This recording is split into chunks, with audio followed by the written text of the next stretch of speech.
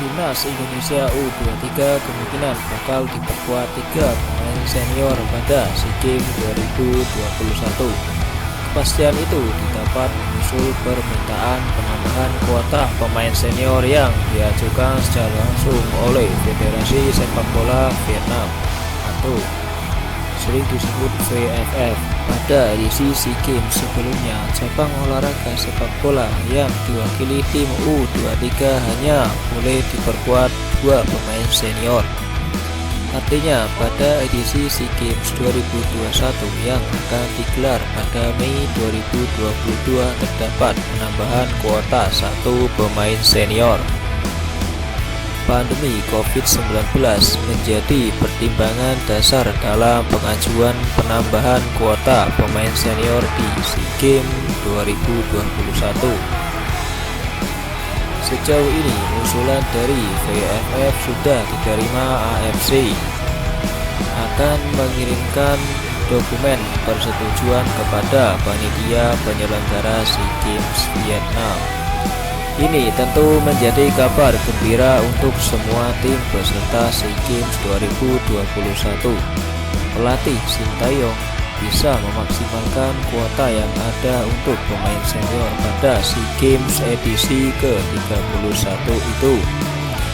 SEA Games 2021 rencananya akan digelar pada 12 hingga 23 Mei 2022.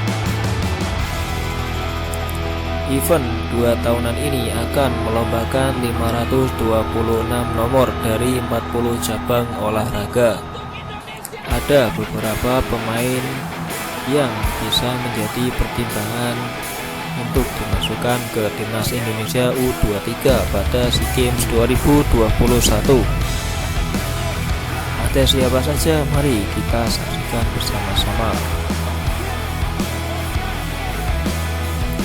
Fahrudin Arianto merupakan pemain senior yang paling sering mendapatkan kepercayaan dari Sintayong di Timnas Indonesia. Meskipun sudah tak muda lagi, namun performanya masih stabil di lini pertahanan. Pengalaman panjang yang dimiliki Fahrudin Arianto sangat berguna bagi skuad U23 yang akan berlaga di SEA Games 2021. Fahrudin merupakan bek tangguh yang andal mematikan arus serangan lawan. Secara keseluruhan, pemain Madura United itu telah mengemas 47 penampilan untuk Timnas Indonesia. Kualitasnya sebagai pemain belakang tentu tak perlu diragukan lagi. Evan Dimas merupakan pemain kesayangan Sintayong di lini tengah Timnas Indonesia. Sintayong bahkan menjadikannya sebagai kapten Timnas Indonesia. Evan Dimas memiliki peran penting di lini tengah Timnas Indonesia. Pemain Bayangkara FC itu mampu menghubungkan lini tengah dan depan saat membangun serangan. Kontribusi besar itulah yang membuat Sintayong sering menjadikan Evan Dimas sebagai starter di Timnas Indonesia. Evan tercatat sudah tampil sebanyak 950 menit di Timnas Indonesia asuhan Sintayong. Ricky Kambuaya menjadi pemain penting di Timnas Indonesia pada Piala AFF 2020. Pemain Persebaya Surabaya itu menjadi motor serangan di lini tengah. Ricky Kambuaya sering membantu serangan dengan kemampuan yang dimilikinya. Pemain berusia 25 tahun itu mampu mengalirkan bola dengan baik di lapangan tengah. Selain itu, Ricky juga punya kualitas individu dalam mendribel dan melepas tembakan. Itulah yang menjadi alasan Sintayong sering mengandalkannya dalam laga tim Garuda.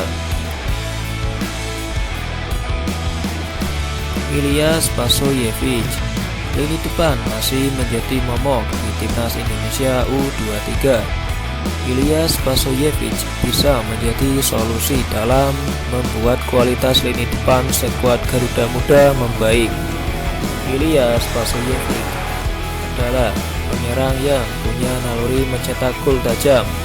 Itu sudah dibuktikan bersama Bali United di BRI Liga 1 2021-2022 dengan sumbangan 18 golnya. Pelatih Sintayong sudah saatnya memberikan kesempatan pada Ilyas Basoyevich. Apalagi pemain naturalisasi itu sama sekali belum pernah bermain di bawah asuhan Sintayong.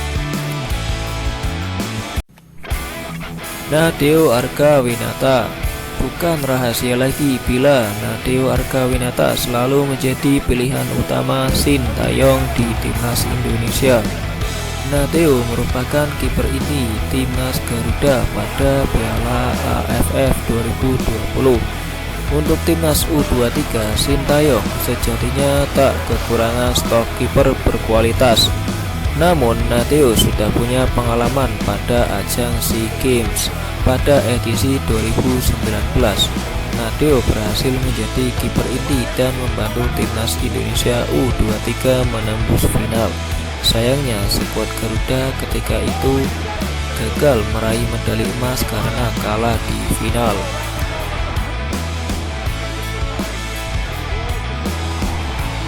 Sangat menarik untuk kita tunggu perjalanan timnas U23 nanti di SEA Games 2021 Vietnam.